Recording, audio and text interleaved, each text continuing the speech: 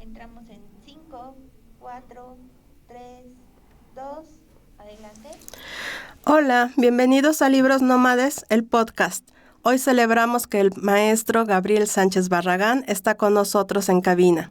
Solo diré que él es la razón de que este podcast exista. Profe, gracias por aceptar venir a platicar con nosotros. Por favor, díganos sus títulos nobiliarios. Muchas gracias. Primero quisiera agradecerte la invitación y más lo que acabas de decir, porque ya es una responsabilidad el hecho de que digas que existe el podcast gracias a que yo de alguna manera te influencié. Pues hombre, muchísimas gracias. Bueno, tú ya dijiste mi nombre. Sí, soy Gabriel Sánchez Barragán. Soy licenciado y maestro en letras con especialidad en clásicas por la Universidad Autónoma de México. Soy docente desde hace 25 años. Los acabo de cumplir en este. Y pues ha sido un camino largo, pero muy bonito, muy gratificante para mí haberme dedicado a lo que siempre quise, ¿no? Que fue el mundo antiguo, el mundo de la Grecia y la Roma antiguas. ¿Por qué dice que desde siempre ha querido dedicarse al mundo antiguo?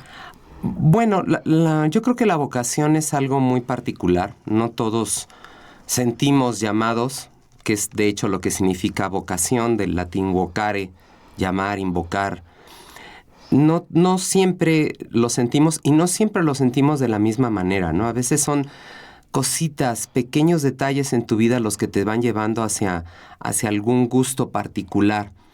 En mi caso, diría yo que son dos cosas. Una muy simple, muy anecdotaria, muy sencilla, que fue en la infancia.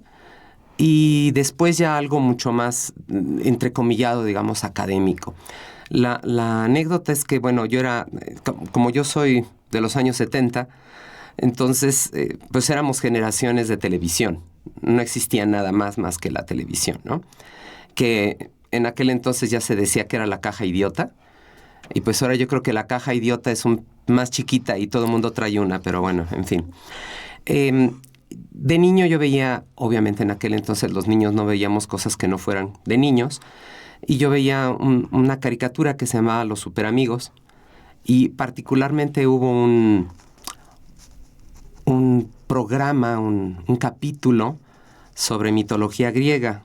Uno de los personajes que integraba a los Superamigos era la Mujer Maravilla, tenía raíces griegas, y entonces en ese capítulo los hacían combatir con monstruos de la mitología. Entonces fue como mi primer acercamiento, mi primer gusto por la mitología. Y ya después, ya más o menos en secundaria, diría yo, como me recogían de la escuela y tenía yo que quedarme, no me recogían directamente de la escuela, sino en un jardín que estaba cerca, y había una biblioteca para no tener que yo esperar en la calle tal cual. Me metí yo a la biblioteca. Y allí me topé con un libro de mitología, y pues era como para hojearlo en lo que llegaban por mí, pero después me fue interesando, lo fui viendo, ya lo leí, empecé a leerlo, me empezaron a gustar los mitos, eso me llevó a leer a Homero en la Ilíada, leí toda la Ilíada siendo todavía adolescente, entonces como que esa ya fue una llamada más directa, más clara de qué quería yo saber, de qué quería informarme. Y como los libros siempre de mitología son generales, pues este libro lo que tenía de particularidad es que traía fragmentos de autores, imágenes, o sea, era un libro muy rico, y eso me permitió a mí pues ya ir ahondando más, o sea, ya decir, bueno, si este mito lo cuenta Homero, pues lo voy a leer a Homero. Si este mito lo cuenta Eurípides, pues ahora voy a leer a Eurípides. Y así fui poquito a poco comprando libros, la mentada colección Sepan Cuántos, que ahora pues, ya ni la recomiendo, pero que en su momento la leí. Y esa fue como la primer llamada, aunque la sociedad casi siempre te presiona con el sentido de que, pues no, si te vas a dedicar a eso, pues no vas a vivir, ¿no? No vas a tener que vivir. Entonces, ya cuando tuve que decidir, ya cuando estaba yo en la preparatoria y tuve que decidir qué área iba yo a llevar, no me decidí por la que entonces sí existía, que era el área 5, creo que era el área 5, que era Humanidades, que había en ese entonces en la Prepa Nacional. Y no, decidí que mejor iba a tomar área 2, porque lo otro que me gustaba eran los animales. Entonces dije, no, pues me voy a dedicar mejor a la biología, voy a ser biólogo y no sé qué. Sí, llevé mi área 2, con todas las implicaciones que esto tiene, con matemáticas, con química, con todas las materias duras, y que ahí es donde uno debería, como estudiante, darse cuenta que no vas para esa área porque no lo disfrutas.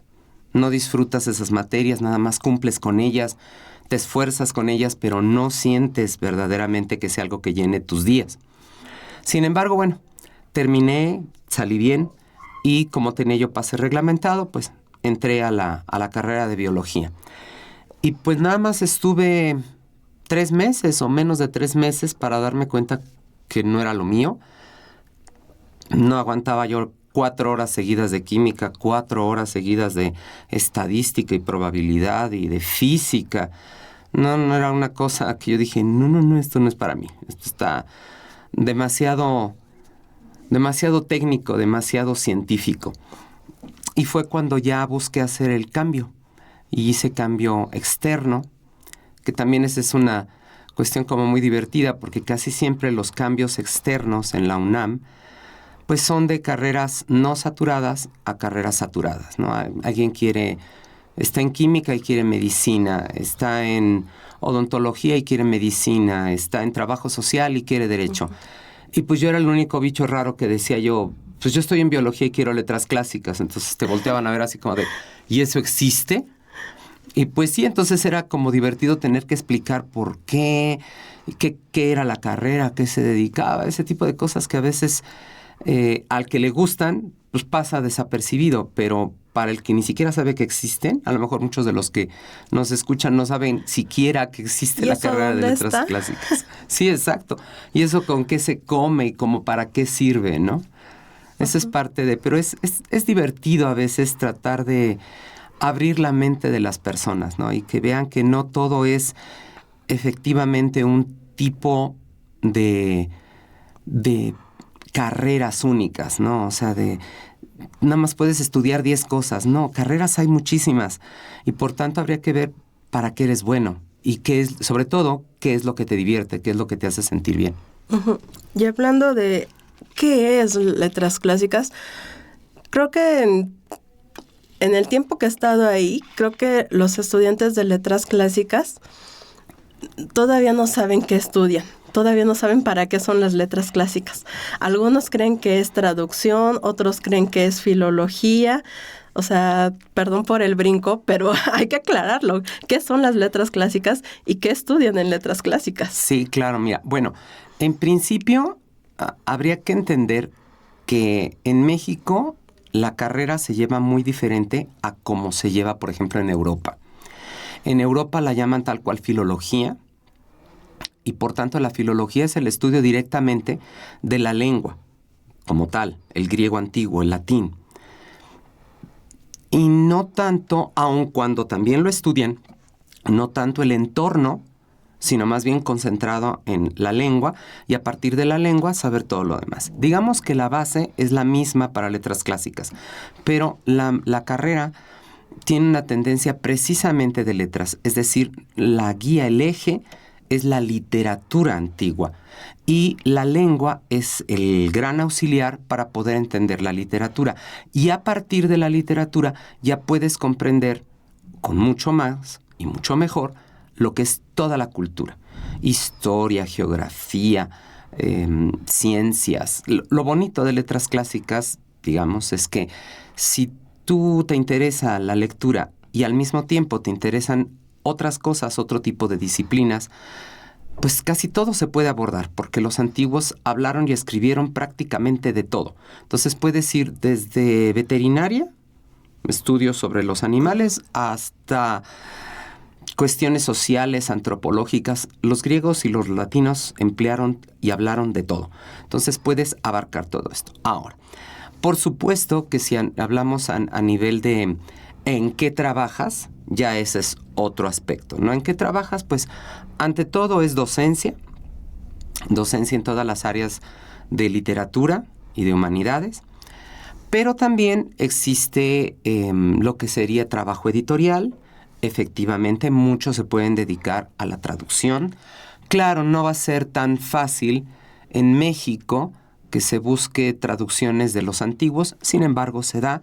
Tenemos, por ejemplo, un buen grupo de estudiantes que se dedica al área editorial, pero, por ejemplo, en acervos conventuales, en rescate de obras novohispanas, etcétera, ¿no? Que están escritas en latín, y entonces pues se necesita de especialistas para. También está, digamos, el área editorial, que viene con todo el apoyo a redacción, ortografía, etcétera, ¿no? Producción literaria, producción editorial. Digamos que esa es una área relativamente nueva que se está integrando y, por supuesto, estaría ya la investigación dentro del mundo antiguo, ¿no? Aunque esa, digamos que es ¿cómo decirlo? Como un área un poco más restringida, porque pues en México tenemos pocas universidades, si no es que la única, la UNAM, que se dedica a ello. Hay otras que tienen ciertos aspectos de investigación también, pero no al grado, por ejemplo, en que sucede en Europa, ¿no? Ni siquiera al grado de lo que sucede en Estados Unidos, aun cuando lo que es Norteamérica no tiene, digamos, una producción tan amplia como Europa, con una tradición filológica mucho mayor, pero de todos modos ellos tienen una presencia más fuerte de lo que podríamos tener en Latinoamérica. México, considero yo que junto con Brasil y Argentina, digamos que somos los que más nos hemos dedicado al mundo antiguo. Yo no conozco, me supongo que debe haber, pero no conozco mucha producción en otros países latinoamericanos, ¿no? Aunque bien puede existir. Bueno, ahora sí, regresando a usted. Usted empezó dando los cursos de técnicas de investigación y tiene publicado incluso el libro Tras los pasos de Grecia y Roma. Tras las huellas. Tras las huellas de Grecia y Roma. Uh-huh. O sea, ¿usted eligió esta carrera, este curso? No. ¿O se abrió la...? No. Es que a veces entrar a la docencia en la UNAM no es tan fácil como muchas veces los alumnos creen que va a ser, así como de me titulé y todos se van a pelear por mí. No. En realidad suelen ser, digamos, suerte la que a veces te lleve a determinada área. En mi caso, yo había sido discípulo y asesorado de la profesora que impartía la materia. Uh-huh. Entonces, cuando ella ya dejó la materia, se la dejó a otra estudiante suya, muy cercana, pero fue cuando la carrera tomó 2 turnos. Antes nada más tenía uno, vespertino, y se acabó. Y después hubo ya turno matutino y vespertino. Y entonces se necesitó otro profesor.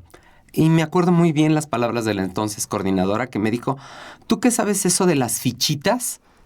Pues la puedes impartir, ¿no? Se refería obviamente a las fichas de trabajo y cómo manejar las fichas de trabajo para la investigación. Pero, de hecho, ni siquiera empecé como profesor tal cual, sino que la persona que estaba dando la materia, o que había dado la materia, no había funcionado bien con el grupo, y la que estaba dando el segundo curso no tenía tiempo como para regresarse y darles otra vez todo. Entonces, yo era el adjunto de la segunda persona, pero en realidad iba yo a ir a darles una clase de técnicas mientras ella les daba historia de la filología. Entonces, pues pobre grupo de aquel entonces le tocó doble profesor. Pero bueno, fue muy grato y así empecé allí. Ya de ahí ya yo me quedé con la cátedra y la di durante 10 años. En sí, el libro que mencionaste, pues es el resultado de los 10 años de docencia. Entonces nada más fue como aplicar el método y dejarlo por escrito. ¿Y lo sigue? Yo sí. Mi método es el mismo. Ese fue con el que me enseñaron. Considero que es la forma más viable para investigar. Es riguroso, es un método riguroso, de disciplina, de constancia, pero creo que es muy útil, creo que funciona muy bien. La mayoría de los estudiantes no lo sigue. O sea, es una cuestión que aunque uno lo imparta y les haga ver que eso es como deben hacerlo, los jóvenes no suelen admitirlo. Y entonces es hasta que no se golpean la frente contra la investigación, es que empiezan a retomar lo que uno les dice. Incluso ahora ya, muchos años después, como asesor, sigue estando lo mismo, ¿no? O sea, yo soy asesor, les digo cómo les sugiero que hagan las cosas, lo hacen como ellos quieren, como ellas quieren, y ya después se dan cuenta que no les funcionó. Y entonces es que mira, tienes que hacer A, B, C, y entonces es volver a empezar. Pero pues a veces no entienden más que de esa forma. ¿No ha cambiado nada ahora con la tecnología de que en lugar de fichitas haga hoja de Word o...? Yo no porque no soy tan ducho con la tecnología. Pero siempre animo a los alumnos. O sea, si ellas pueden muy bien hacerlo, o sea, si son muy hábiles, hazlo como quieras.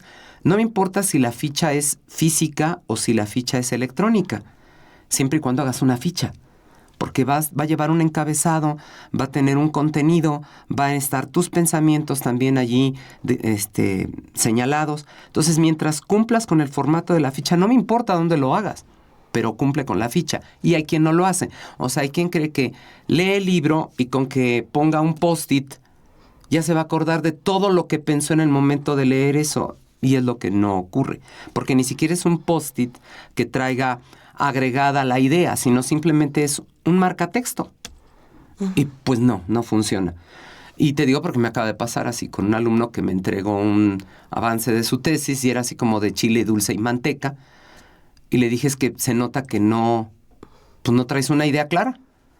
Porque lees de muchas cosas y viertes lo que vas leyendo, pero no hay una estructura. Entonces, realizar investigación documental no es hacer cualquier cosa. No es sencillo. Hay que trabajar mucho, hay que leer mucho, hay que desde planear bien las cosas. Y aún así, planeándolas, luego se equivoca uno. Además, el trabajo técnico, digamos, el trabajo de una técnica de investigación es pendular. Tú vas a trabajar algo, lo sigues viendo, lees otra cosa, te regresas a corregir lo que viste que ya está mal y vas y vienes todo el tiempo. Incluso, aunque ya estés redactando, puedes descubrir algo nuevo y modificas la redacción. Entonces, el trabajo de investigación nunca va a terminar. Incluso cuando ya termine, incluso que se publique, al reeditarlo, si tienes la fortuna de que se reedite, pues puedes revisar y corregir y aumentar. Por eso hay ediciones corregidas y aumentadas. Ya. De hecho, yo creo que una de las razones por las que usted es tan admirado, y yo me atrevería a decir envidiado, es porque a nosotros nos da mucha curiosidad, ¿no? De que, ¿cómo era usted como estudiante antes de...? Siempre fui un nerd. O sea, siempre fui un nerd. Y lo fui desde niño. O sea, no creas que esto es algo que surge. No, que surge ya cuando eres adulto. Claro, debe haber personas que no empiezan muy desastrosas y terminan siendo muy disciplinadas. No lo dudo. Pero en mi caso no fue así. Yo desde niño siempre fui muy puntual. No te voy a decir que llegaba corriendo del colegio a hacer la tarea. No. Pero siempre fui muy disciplinado. Y siempre me gustó hacer las cosas con tiempo. Y siempre me gustó planearlas. Ya cuando estuve en la universidad, pues ya la planeación a veces era exagerada, ¿no? Sí, o sea, sí llegué... Con un semestre antes, porque... Sí, o sea, por eso decimos, ¿no? Porque, o sea, usted dice en clase, yo cuando fui estudiante le decía al profesor esto o hacía lo otro. Y claro, nosotros no podemos hacer esas trampas con usted, Ajá. ¿no? Pero claro que tomamos nota. Harán otras, ¿no? Pero esas no. Si yo llegué a hacerlo con una profesora que yo sabía que teníamos que entregarle trabajo final del semestre, y entonces yo terminé el primer semestre y para el segundo, obviamente iba a ir con ella. Entonces le dije, oiga, ¿y para el semestre qué pide? Pues esto y esto y esto. Y muy bien, yo lo hice en vacaciones y cuando entró el segundo semestre yo ya tenía el trabajo final de ese semestre. A ese grado de exageración. Ajá. Pero eso siempre me ayudó. Porque me permitía, como yo ya tenía, por ejemplo, cubierta esa materia, entonces yo podía dedicarle más tiempo en el semestre a las otras materias. Uh-huh. Y sobre todo, pues a las lenguas, que en el caso de clásicas son muy demandantes, porque llevas 2 lenguas al mismo tiempo. Llevas griego antiguo y llevas latín antiguo. Y entonces eso hace que, como no todos tenemos las mismas habilidades para aprender lenguas diferentes, pues te confundes y luego le estás declinando en griego con sufijos latinos o estás queriéndole acomodar la sintaxis griega a la latina y pues todo eso se vuelve una confusión a veces en la cabeza de uno. Pero yo siempre salí bien. Nunca fui alguien, te digo nerd, pero vaya, nunca fui alguien que persiguiera la nota, que dijera yo tengo que sacarme por lo menos no lo fue la primera mitad de la carrera. Ya cuando llevaba yo puro 10 y dije, bueno, pues ya esfuérzate y saca el puro 10, ¿no? Pues si ya llevas la mitad, pues que siquiera la otra mitad salga igual de bien.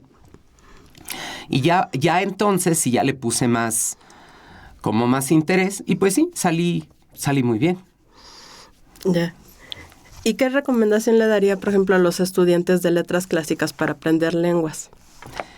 Yo creo que, mira, siempre les digo a mis estudiantes que no es que necesiten un IQ de 350, o sea, no necesitas ser un genio, eso es a los de actuaría, ellos sí necesitan mucho conocimiento, mucha capacidad. Los de clásicas no necesitan tanto, pero sí necesitan ser, primero, personas disciplinadas y personas de trabajo, porque es mucho trabajo constante, no se acaba. Luego se están quejando los de segundo semestre y les digo, pero si todavía no llegan ni siquiera a la parte difícil de la carrera, no se quejen, ahorita todavía tienen vida. O sea, llega un momento en que sí te absorbe mucho. Son 2 lenguas. Entonces, como son 2 lenguas, hay que aprender a manejarlas. ¿Qué ventaja hay? Que no van a hablarlas. Que ese es, digamos, lo que sucede ahora, quizá con las lenguas modernas, que tienes que aprender no solo las estructuras sintácticas, gramaticales de la lengua, sino también aplicarlas de manera directa, tanto en la conformación de textos como en el habla, ¿no? Y eso, propiamente, aunque hay colegas que lo siguen presentando como algo ideal y que así deberían darse las lenguas antiguas también, como modernas, yo en ese sentido no estoy de acuerdo. Respeto su punto de vista y si hay alumnos a los que les funciona de esa forma, qué padre, qué bien, excelente. Pero en mi caso creo que no, dado que la carrera, tiene una tendencia hacia la literatura, me parece que es más importante conocer la lengua desde su base sintáctica para poder con ella argumentar las ideas y reflexiones que tengas. Y no ocurre así cuando lo manejas más en el sentido hablado. Entonces, por eso creo que en el caso de los estudiantes de clásicas, pues tendrían que estar más enfocados precisamente a este aspecto, ¿no? Lo que es la gramática, la morfología, más, digamos, la base lingüística que la base hablada, ¿no? Que este otro sentido de lo hablado. Sobre todo porque ¿con quién vas a hablar? Más que pues con los mismos tuyos. Claro, hay grandes jornadas mundiales de lengua latina y hay quienes se van a estas jornadas en España, en Alemania, en otras partes de Europa. Aquí nunca se va a dar. Bueno, creo que sí ya vinieron una vez. Y pues se comunican de las diferentes nacionalidades por medio de la lengua latina. Hay quien también dice que esto se puede hacer con el griego antiguo, no con el griego moderno. Hay que pensar que es una pronunciación totalmente diferente, la del griego moderno. Que si uno escucha como conocedor de la lengua antigua, uno escucha a un hablante de lengua moderna y pues le entenderás 3, 4 palabras, pero nada más. Así que, dada la disciplina que se necesita y dada esta tendencia gramatical, yo le aconsejaría a los estudiantes de lengua, o es lo que les aconsejo, que sean perseverantes, que no quieran aprender todo de la noche a la mañana. Me acaba de suceder hace unos días que les comenté a los alumnos que iban a llevar literatura el siguiente semestre y les decía yo que iban a leer a Homero. Y entonces uno dice, ¿en griego? Entonces voltea así con cara de, ni en un sueño de opio vas a leer a Homero en griego ahorita, ¿no? Pero vaya, así como que vi que se desilusionó. Y entonces dice, ver, no, pues es que es algo que es paulatino. O sea, hay que ir aprendiendo la lengua poco a poco para después, efectivamente, ya hacia el final de la carrera, podrás leer, si no toda la Ilíada, puedes leer fragmentos de Homero en griego original, ¿no? Creo que ese es en sí uno de los objetivos de la carrera, que puedas leerlos en lengua original. Y eso sí lo van a hacer. Claro, yo creo que él esperaba que le dijera yo que claro que sí, que iba a leer a Homero en griego desde el próximo semestre, pero pues ¿cómo lo va a hacer si ni siquiera lleva griego esta persona, ¿no? Entonces, así como que dices, entonces, ¿qué esperas? No, vas a leerlo en español, pero la idea es que vas a poder cotejar la lengua original y entonces descubrir cosas que nunca vas a tener con la traducción, así sea la mejor. Porque como dice la frase, traduttore traditore. Entonces siempre habrá alguna cosita, porque toda traducción es una interpretación. Siempre se interpreta. Lo vemos desde algo tan sencillo como una película hablada en otro idioma. Cuando tú conoces ese otro idioma y lees el subtítulo y dices, no dijo eso. Y a veces son cosas muy sutiles que no cambian la idea fundamental, pero que en la otra lengua suenan y pueden expresar cosas muy diferentes que la simple traducción. aun cuando uno entienda que el traductor, por ejemplo, de una película, pues solo tiene ese pequeño espacio de caracteres que les dan para que vaya el subtítulo. Sin embargo, con todo, prefiero las películas así y no dobladas, ¿eh? Pero bueno. Otra razón para preguntarle esto es que creo que los estudiantes siguen discutiendo esta idea de que deberían de autorizarles el griego moderno como lengua moderna, ¿no? Al final como requisito de titulación. En lugar del inglés, del francés, pero finalmente es una lengua poco utilizada, poco conocida, y yo creo que se les pide el inglés, el francés, pues precisamente para que tengan esa facilidad de comunicación, ¿no? Y volvemos a lo mismo. Lo que te va a pedir la universidad no es que hables en inglés o en francés, sino que leas inglés o francés, o alemán o italiano. Es que lo que ellos no entienden o lo que están mal comprendiendo es que esa solicitud de una lengua extranjera es pensando en su carrera profesional y que entonces vas a dedicar a clásicas. La gran mayoría de los estudios están en lengua inglesa.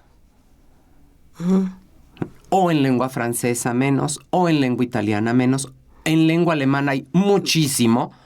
Y entonces, ¿qué es? Que tengas una herramienta más de trabajo para tu carrera. Por supuesto que hay investigadores de lengua griega sobre mundo antiguo. Sería el colmo que siendo su propia cultura ellos no la trabajaran. Pero muchos de ellos, la gran mayoría de ellos, no publica en griego moderno, publica en inglés, o en francés, o en alguna otra lengua. Entonces la idea es, tú lo que necesitas es esto. Ahora, ¿quieres aprender griego moderno? Perfecto, 2 pulgares arriba, porque tu conocimiento del griego antiguo te va a ayudar muchísimo para el griego moderno. A lo mejor medio te confundes en pronunciación, pero fuera de eso no habrá mayor trascendencia, mayor complicación, digamos. Y así puedes estudiarlo con todo gusto. Hay alumnos que se apasionan con los estudios de las diferentes lenguas y están estudiando japonés y coreano y chino y portugués y lituano y cosas así de cualquier. Ellos ven lengua y se van. Muy bien, pero es tu hobby, es tu gusto, pero no está aplicado a tu carrera. Y para eso, qué bueno, y ahora hay una carrera también de lenguas y de traducción. Pues si ese es más o menos, claro, creo que está mucho más difícil entrar, pero bueno. Pero vaya, en ese caso, busca esta otra opción. Letras clásicas no te puede funcionar para eso. Nosotros estamos para los estudios antiguos, no para el estudio de la lengua per se, solamente. Exacto. Ahora, ¿cómo estudiar los mitos? O sea, ediciones, traducciones, autores, versiones. ¿Cómo estudiar Bueno, los lo mitos? primero es que te deben gustar. Porque como son cosas, diríamos, muy fantasiosas, y que de momento pareciera que solo son eso, fantasías, en realidad no es así. El mito es el padre del logos. O sea, el mito es el padre del razonamiento y de la reflexión. La primera forma en que el ser humano intentó entender su entorno fue a través de los mitos.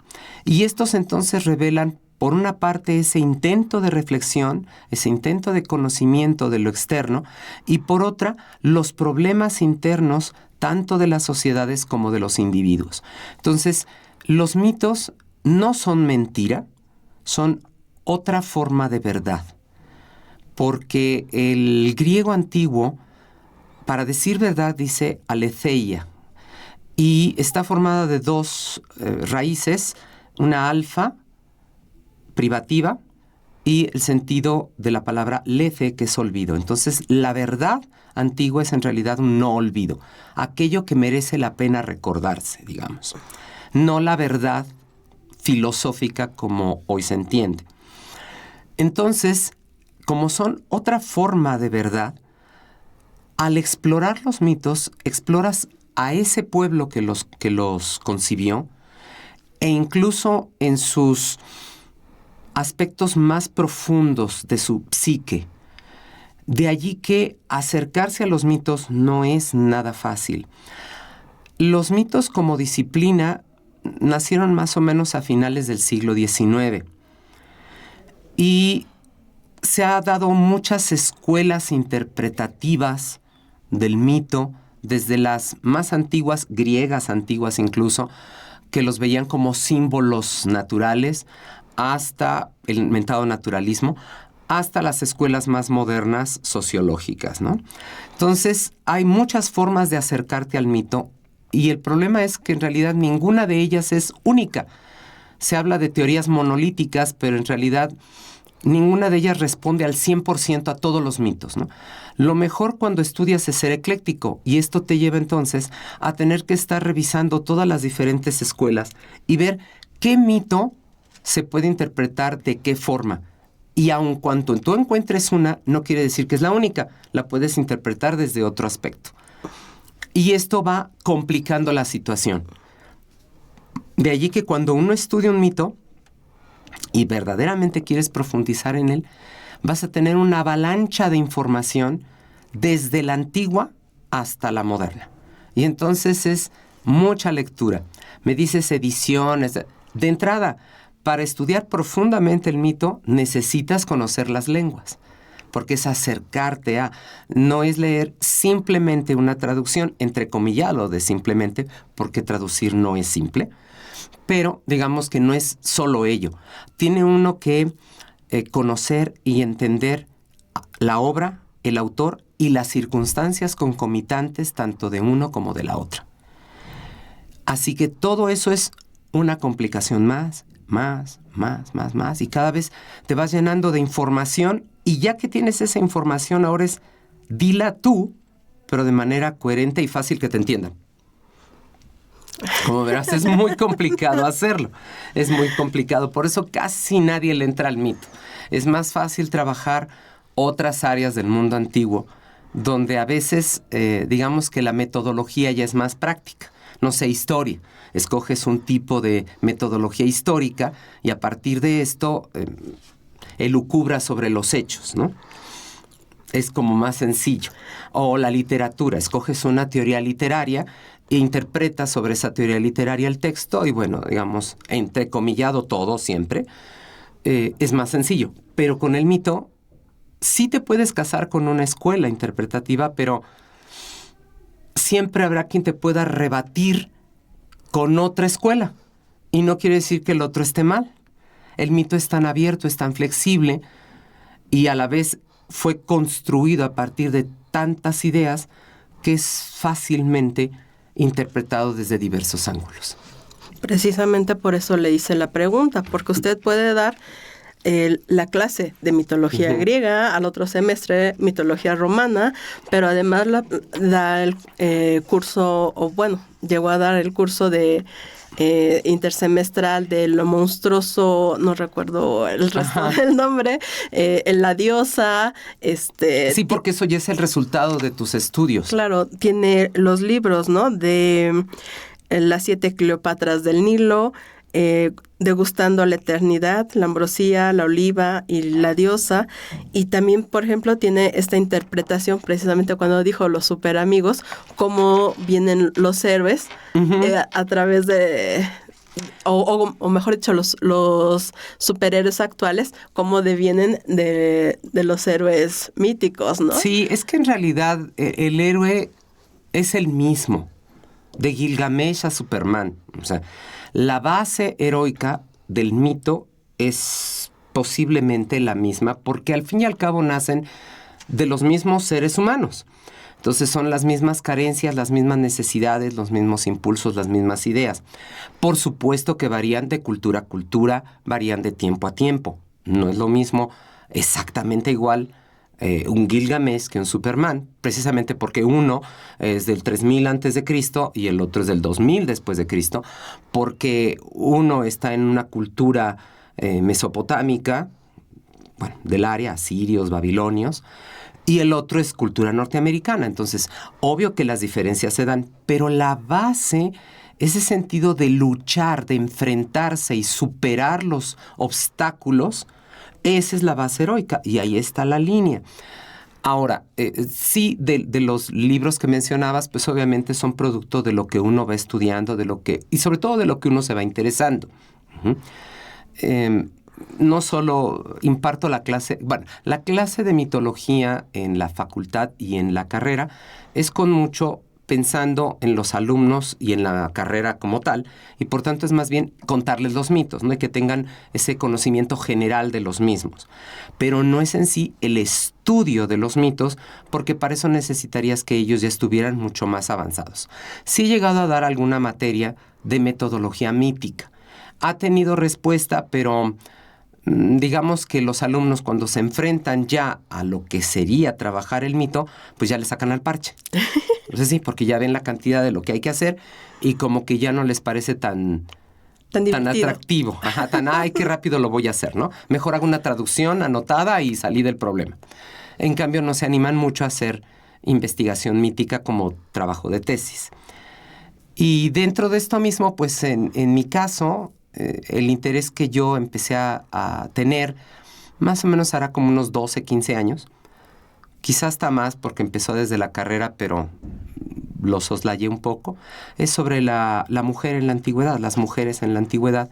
Y eso fue que me llevó a investigar el fenómeno unido a la religiosidad, ¿no? Es decir, vaya, ¿por qué la mujer hoy en día en la religiosidad está tan sesgada, tan echada de lado?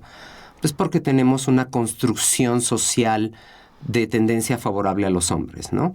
En cambio, y más notorio en la religión, ¿no? Desde la concepción misma de la deidad. Y entonces te das cuenta pues que en la antigüedad sí había divinidades femeninas y vas estudiando y resulta que la primera divinidad o el primer concepto divino que la humanidad tuvo seguramente, casi seguramente, fue femenino. Y de allí, pues bueno, me llevó a los estudios sobre la diosa, el concepto de la diosa, y eso te lleva también a ver a las mujeres que utilizando o sustentadas, fundamentadas en esa religiosidad femenina, consiguieron a veces el poder, ¿no? Y el poder de facto. Entonces, pues es un poquito la razón de esos textos. Ok. La otra materia que suele dar es vida cotidiana. Uh-huh. ¿Ahí de qué se trata? Y esa es la otra historia, que eso es muy bonito. O sea, estamos muy acostumbrados a la gran historia, entrecomillada, ¿no? Que luego se vuelve una historia, valga la acotación, muy masculina, porque se vuelven historias de guerras, de poder y de control. Y se echa de lado la otra vida, la vida que de hecho llevó el 95% de todas esas poblaciones, ¿no? El diario acontecer. Qué comían, qué vestían, qué pensaban, cómo actuaban, cómo eran sus casas, cómo eran sus utensilios de cocina. En fin, toda esa parte sencilla que todos comprendemos porque es nuestro diario estar. Y por eso siempre me ha gustado impartir la materia. Primero di nada más vida cotidiana en Grecia, había otra persona que daba en Roma, pero esta persona se fue hace tiempo, la materia de Roma se dejó de dar y apenas hace un par de semestres, en plena pandemia, me dijeron que si la impartía y con mucho gusto, pues ahora preparas la materia de Roma, ¿no? Y entonces ahora sí ya puedo equilibrar las dos. Y es una materia que disfruto mucho, a pesar de que es muchísima información y a veces 2 horas a la semana de un semestre no alcanza para verlas. Porque incluso no es lo mismo la vida cotidiana en un periodo que en otro. A lo mejor la base sí, pero hay cosas que tienes que cambiar, los conceptos de ciudad, modas en el vestir, alimentación diferente porque se tenía contacto ya con otras rutas comerciales para traer productos diferentes. Y pues no alcanza, o sea, yo me concreto a la Atenas clásica y a la Roma tardo republicana y principios del imperio, y pues ya no ves otros aspectos que cubrirían los otros tiempos de esas culturas. Pero pues bueno, para adelante, o sea, algún día espero poder presentar la opción de vida cotidiana en Alejandría y en la época helenística y no necesariamente en la Atenas clásica, ¿no? O en la Grecia arcaica y no en la Grecia clásica. ¿Algún otro curso que se me haya pasado? O que... Pues mira, tengo ya como unos 17, 18 años impartiendo literatura griega. Ah, claro, literatura. Sí, doy ya... Bueno, antes eran 4 grados de la literatura, ahora ya son 5 afortunadamente para tener un semestre más, para poder abarcar más, porque estamos hablando ir de Homero, que es siglo IX antes de Cristo, a siglo V después de Cristo, ¿no? Y alcanzar a ver todos estos autores ya del Bajo Imperio. Así que es muchísima información, muchísima. Y no siempre es fácil manejarla, son muchos autores, tanto autores completos como autores fragmentarios. Y aunque es el eje de la carrera, muchos de los estudiantes no lo ven así. O sea, piensan que el eje son las lenguas, que tienen que aprender las lenguas. Y que sabiendo la lengua, ya todo se les va a dar por añadidura. Y dice uno, no. El estudio de la literatura es uno por sí mismo. Hay que profundizar en ella, hay que saberla, entender. No solo es leer, es comprender, es tratar de profundizar en el pensamiento del autor. ¿Por qué dice las cosas? Son niveles básicos. ¿Qué dice? ¿Cómo lo dice? Y finalmente, ¿por qué lo dice? Y llegar al por qué no lo puedes hacer sin los 2 anteriores. Entonces eso implica que tienes que saber qué dice, pero al mismo tiempo leer las palabras, las construcciones, la manera en que te lo dice, para entonces elucubrar con ello y suponer un por qué me lo está diciendo. En ese caso es muy poco el tiempo para que un alumno aprenda a hacer todo eso.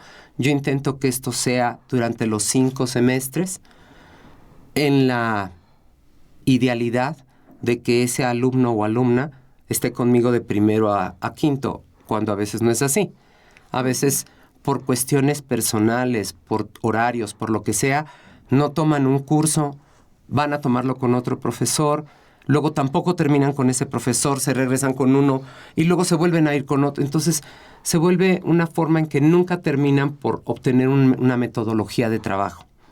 Y es parte del problema, pero también es una materia muy agradable porque es precisamente abrirles el mundo del conocimiento antiguo, de las diferentes temáticas, de las perspectivas que tuvieron esos hombres y mujeres al escribir. Entonces creo que eso es parte de una aportación más que he podido hacer a la carrera y que me enorgullece mucho el haber podido estar, siendo del área de Historia y Cultura, que me hayan invitado en algún momento a hacer también o a participar en el área de literatura. Siguen llegando estudiantes que creen que Héctor es el héroe y que Aquiles nada más hace el berrinche y que se quejan con su mamá porque le quitaron su juguete. Todavía. Pero lo bueno es que ya por lo menos no nos lleguen estudiantes, que consideren que letras clásicas es estudiar a Dante y a Goethe. Ya por lo menos no. O sea, ya casi todos vienen con un conocimiento de qué van a estudiar, que son griegos y latinos, que no van a estudiar estos otros autores porque es leal de letras clásicas y piensan que clásicos también es Shakespeare. Sí, pero no exclusivamente, ¿no? Entonces ya por lo menos eso no. Sí, todavía hay gente que llega con desconocimientos, que llega obvio más con un sentido de a ver qué me encuentro, a ver de qué hay. Pero cada vez es menos. Ya la mayor parte de estos jóvenes de ahora están como más conscientes de que si van a escoger una carrera, por lo menos tienen que leer de qué trata. Y eso ya es una ventaja, porque sí era muy frustrante. En la universidad tenemos un problema donde a veces el punto es que los estudiantes que quieren una carrera universitaria, que vienen del sistema, que tienen un pase reglamentado, les van a dar efectivamente un espacio, pero no necesariamente en la carrera que ellos quieren, porque a veces son carreras saturadas o porque sus propios promedios de enseñanza media superior no les da para esa carrera, para el número de puntos que pide esa carrera. Y entonces los mandan a otras donde sí caben sus puntajes, pero no es lo que ellos quieren. Entonces, eso a mí es lo que me molesta, digamos, del sistema, porque luego tiene unos jóvenes que no querían nada, pero nada parecido a letras. Si todavía me llegan diciendo, pues yo quería traductología y no me la dieron, bueno, por lo menos aquí vas a aprender 2 idiomas y puedes en algún momento canalizar tus gustos traductológicos, ¿no? Pero si me dice yo quería química y te mandaron a letras clásicas, pues dices, oye, no, este pobre o esta pobre no tiene nada que estar haciendo aquí. Entonces yo siempre los insto a, si es cambio externo, lo puedes hacer desde el principio, así que ni te quedes. Busca tu cambio. Si es cambio interno, no, pero si es cambio externo, sí. Y pues bueno, ese aspecto también paulatinamente ha desaparecido un poco, o por lo menos eso dicen los alumnos que a mí me han tocado, que les digo, ¿quién no venía a clásicas? Y resulta que 1, y no como antes, que eran 12 de 30, que decía uno, oye, no, esto es imposible. Hoy ya es mucho menor el porcentaje, por lo menos así ha sido los últimos años, pero sigue existiendo. Entonces creo que ese es algo en lo que la universidad debería poner un poco más de atención, de no cubrir nada más la cuota del pase si el estudiante no quiere. O sea, como aclararle, mira, no va a haber, no hay espacio en la carrera que quieres, ni en tu segunda opción tampoco. Te podemos dar esta, ¿quieres? Si no, las puertas están abiertas, ¿no? Para que no hubiera este tipo de frustraciones. Y aún aquellos que se acercan, porque hay carreras como engañosonas, donde sí pueden inscribirse, o se supone que se pueden inscribir, pero resulta que tienen que llevar a cabo una serie de prerequisitos. Y a la mera hora, quien va a decidir es un comité y su decisión es inapelable. Entonces resulta que la gran mayoría de los que quieren no entran. Y es una frustración horrible para esos jóvenes. Sí. Y creo que no es justo. O sea, si vas a abrir la carrera, pues la abres en grande. No tienes los espacios, pues dices, pues nada más hay tanto cupo. Y si no estás con este promedio, no. Que es, por ejemplo, lo que hace medicina. Medicina pide un alto número de puntos con un gran... Incluso a los estudiantes egresados del sistema universitario necesitan tener muy buen promedio. Pues está muy bien. Así estarán los que verdaderamente tengan vocación y quieran salir adelante. Porque luego lo que sucede mucho con los jovencitos de prepa es que no ven más allá de la prepa. O sea, no se esfuerzan por sacar su mejor prepa, cuando es la única opción clara que tienen para poder acceder a la carrera que quieren. Ya. Y por ejemplo, de estos cursos intersemestrales o de estos grandes cursos que solía dar, ¿se ha quedado con ganas de dar algún otro o cuál es el que más le ha gustado? Bueno, afortunadamente son cursos que se imparten para la Dirección General de Personal Académico y que tienen que ver con la superación del personal académico. Entonces, he tenido la fortuna de que cada semestre me invitan a participar y cada semestre participo hasta ahora. Salvo en la pandemia, porque no quise dar clases en Zoom, porque dije, no, esto es horrendo, no lo voy a hacer. Todo el mundo estaba colgado al Zoom y dije, no, ni siquiera mis clases de la UNAM las impartí por Zoom. O sea, yo... Sí. La subí a YouTube y todos nos inscribimos, todos nos suscribimos. Era más fácil subirlo a YouTube y que lo vieran ellos cuando pudieran y como pudieran. Entonces, salvo en ese periodo como te digo, de la pandemia, he seguido dando. Entonces, no es que diga, ay, quiero mi público cautivo. No, pero como casi siempre se inscriben los mismos profesores, pues procuro no repetir. Entonces voy dando un curso nuevo cada semestre. Bueno, cada año voy dando un curso nuevo. Entonces hasta ahorita no me he quedado con ganas de dar alguno. Okay. Todos los he ido impartiendo poco a poco. Ya, pero es que no todos los suben al repositorio, ¿no? No, es que ya Eso fue solo una vez con quien entonces estaba de alguna manera a cargo de o relacionado con, que grabó ese curso, que lo grabó creo que en audio nada más. Ajá. Entonces, El de lo monstruoso. Ajá, que ahora ese curso se va a transformar en un libro. Bueno, ya se transformó en un libro. Está ahorita en proceso de edición por la facultad. Mis libros, como los que mencionaste, bueno, algunos están en formato físico, los más antiguos. Los más recientes están en formato electrónico. Yo pensé que así iba a salir este libro también. Esa era la idea. Pero en el área de publicaciones, gustó mucho el libro y decidieron que lo van a sacar también impreso. Y según me dijo el director de publicaciones, va a ser parte de la colección de los 100 años de la facultad. Entonces me siento muy honrado, Felicidades. Sí, muy honrado de que hayan tomado este texto y que, bueno, el de publicaciones, el director me decía que planeaban, aunque a veces una cosa es lo que se planea y otra es lo que se puede lograr, planeaban que saliera para el segundo cuatrimestre o trimestre del año, ¿no? Entonces esperemos para julio, agosto, con la celebración de los 100 años de la facultad, pues también pueda salir este libro. Entonces es muy gustoso, pero es el único curso que se grabó. Ya los demás, pues no, ya nada más quedan como parte de... Y no llegan los profesores igual que los alumnos, que usted da verdaderas conferencias de prensa, que todos llegamos con la grabadora, con el celular. Pues no he visto que haya maestros que graben, curiosamente. Eso es más de los alumnos. Sí, y ya hay profesores a los que no les gusta que los graben. Yo nada más les digo que no lo vayan a usar en mi contra. Ya. Pero fuera de eso, sí lo quieren grabar con todo gusto, ¿no? Y sí tengo alumnos. Profesores casi no. No, como que el profesor va a tomar el curso con una visión diferente. O sea, van a aprender y van a relajarse porque, pues, propiamente son sus vacaciones, ¿no? Pero tienen que o deben tomar cursos. Entonces, pues bueno, toman el curso, pero que no les sea tan denso.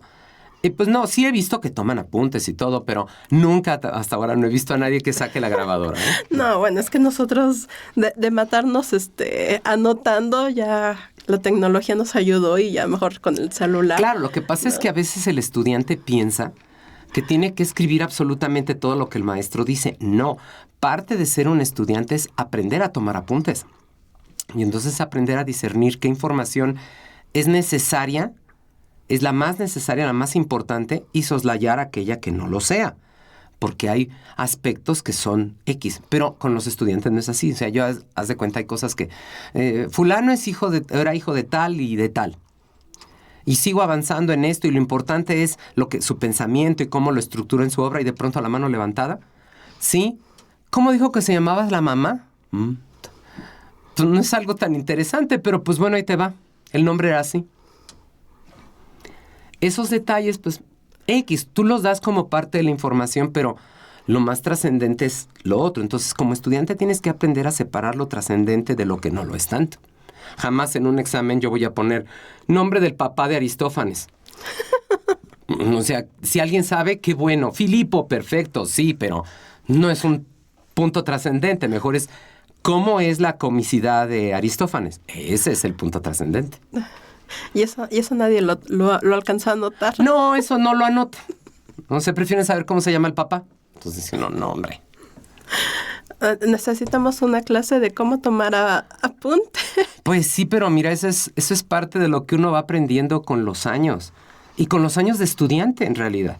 En la primaria, pues te dictan.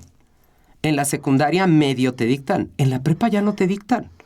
Entonces ya debes aprender desde la preparatoria cómo tomar los apuntes, cómo tomar lo más importante. Hay quien es muy veloz para escribir y puede anotar todo, pero hay quien no. Entonces, bueno, hay que aprender a hacer las cosas. Y como todo, con práctica. Con práctica. ¿Cómo es su labor como director de tesis? O ¿cómo se llama? Incluso? Asesor de tesis. Asesor de tesis. Pues mira, más que dirigir, uno es eso, un asesor. Estás ahí para apoyar, para ayudar. La idea es que tu estudiante, después de 4 años, ya tiene cierto conocimiento de cómo trabajar. Tú lo que vas a hacer es afinar esa forma de trabajo, sobre todo cuando tú mismo ya tienes una estructura de trabajo. Por eso a veces es chistoso que tomen maestros muy nobles como asesores. Dices, bueno, si nada más tiene ahorita una tesis de licencia, pues no ha trabajado mucho como para que asesorara, aunque puede hacerlo. Mi labor casi siempre es ir acompañándolos. Yo procuro no imponerme más que en ciertos aspectos que tienen que ver con la revisión que les voy a hacer, ¿no?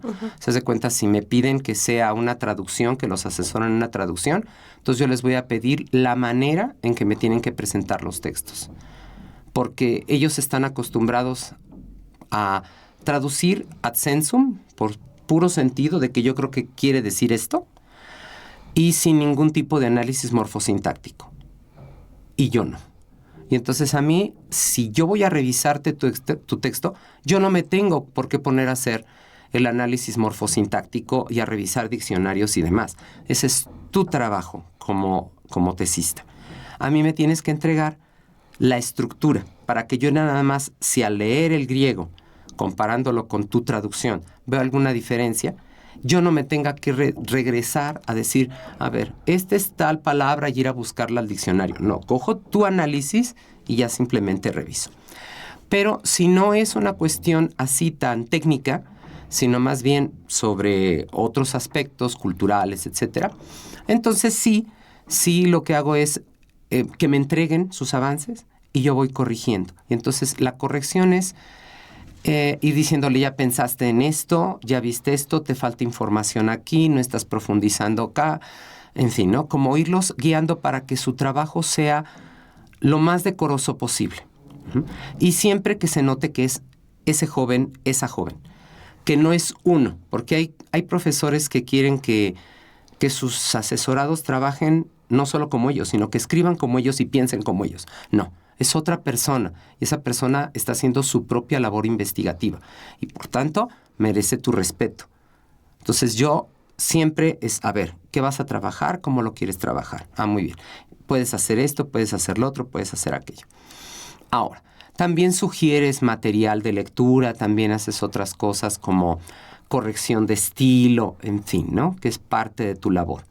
Porque la idea es que al finalizar esa labor y se le entregue a otros sinodales para su lectura, estos trabajen lo menos posible, porque tú ya fuiste quien llevó prácticamente de la mano a esta joven estudiante o a este joven estudiante hacia esa meta, ¿no? Que es concluir un trabajo de investigación escrita. Pero, pues a veces los jóvenes, más últimamente, no se dejan guiar, creen saber que ya lo saben todo, creen tener una estructura muy bien establecida y que todo lo hacen bien, pero en lugar de pelearme con ellos, lo que hago es dejarlos. Como sé que se van a golpear, ya cuando están todos amoratados, ya regresan y entonces es, por eso te decía yo que tienes que hacer esto. Porque si no, se vuelve nada más un estire y afloje. Y no es para mí lo más sano en una relación así. Ya. ¿Qué cambios ha visto desde que usted entró a la carrera a actual? O sea, no solo académicamente, sino cómo ha afectado los cambios tecnológicos, digamos, incluso psicológicos, ¿no? La ansiedad, la depresión, el autismo, Sí. O sea, ¿cómo han cambiado los estudiantes? Radicalmente. O sea, esto es una cuestión que yo he hablado con otros colegas, donde incluso desde antes, o sea, desde que te planteas tú cómo fuiste como estudiante, a cómo están ahora los estudiantes, es un mundo totalmente diferente. Yo sí he notado como profesor una debacle. Años atrás, muchos años atrás, tenía yo niveles de estudiantes muy buenos, donde en una materia yo tenía, haz de cuenta, si eran 30 alumnos, por lo menos 25 aprobaban. Donde de esos 25, por lo menos 15 eran buenos. y tenías 7, 8 muy buenos de 9 y 10. Hoy, de esos mismos 30 estudiantes, te reprueba la mitad. Y la otra mitad, tienes uno por ahí que saque 10 y 9. La mayoría, 8, 7 y 6. Entonces, sí notas, y mira que estoy en una carrera que digamos que no es tan sencilla en el sentido de que, cualquiera entra y... No, o sea, tiene un grado de complicación. Entonces sí ha sido, como dirían los venezolanos, bregar con la situación. Efectivamente, creo que el gran distractor es el teléfono. Es una cosa que no... O sea, uno que ha pasado de televisión a computadora y de computadora a celular, no hay comparación. O sea, cuando éramos estudiantes y teníamos televisión, pues esa nada más la veías cuando regresabas a tu casa. Cuando eras estudiante ya mayor y tenías una computadora, pues prácticamente solo la veías en casa. Pero hoy tienen una computadora en la mano. Y estaría bien si la emplearan para. Pero el problema es que solo es un distractor. O sea, yo tengo alumnos que... Yo nunca los corrijo porque todos ya son adultos y es tu manera de trabajar y de hacer las cosas. Pero que sacan el celular en la clase. Y están viendo qué te gusta. ¿Se van a poner a buscar la palabra que les acabas de decir y que no saben? No. Se van a poner a buscar el Facebook, no existe Twitter, ¿verdad?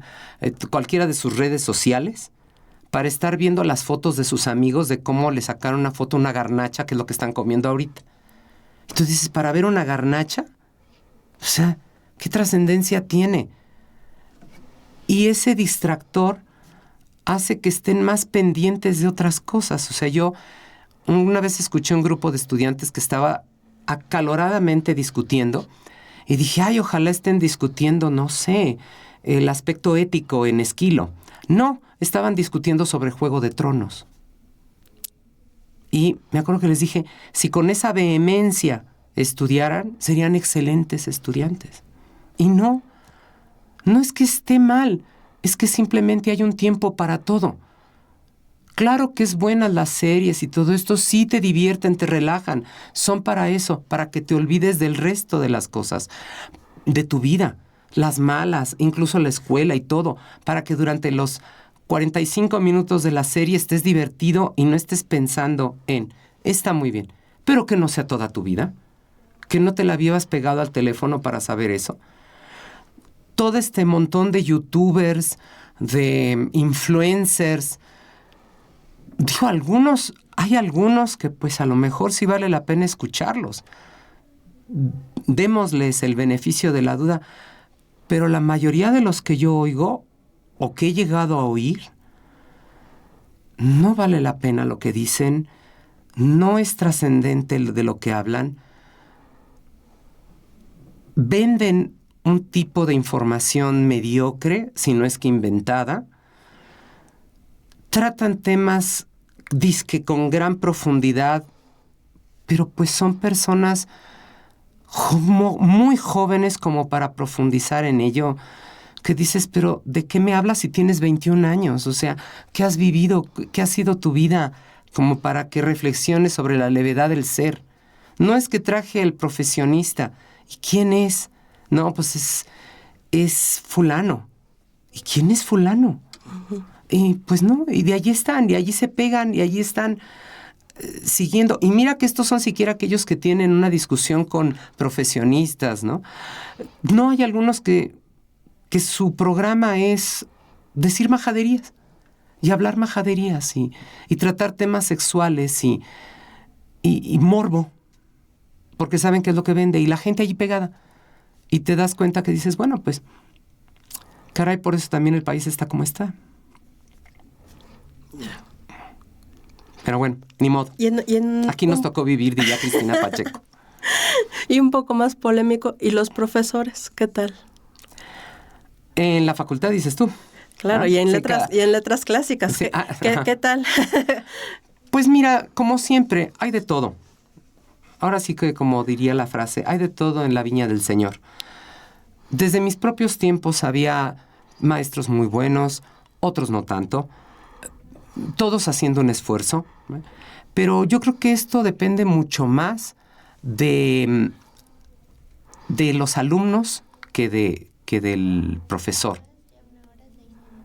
Ok. Porque en el caso de los alumnos es quien escoge.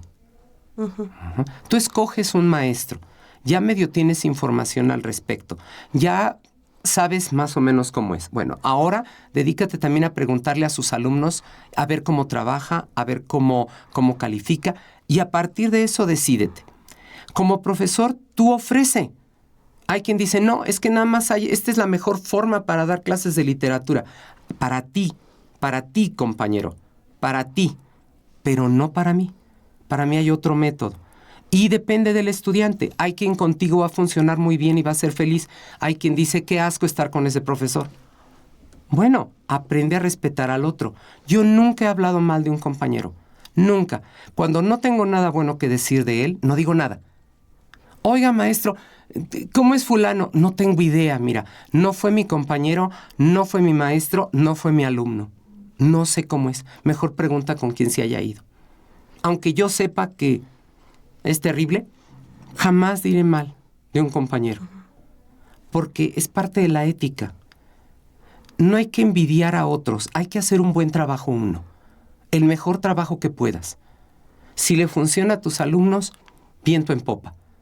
Si no, alguno no va a ser, no eres monedita de oro, no siempre les vas a caer bien, no siempre va a salir bien con tu trabajo.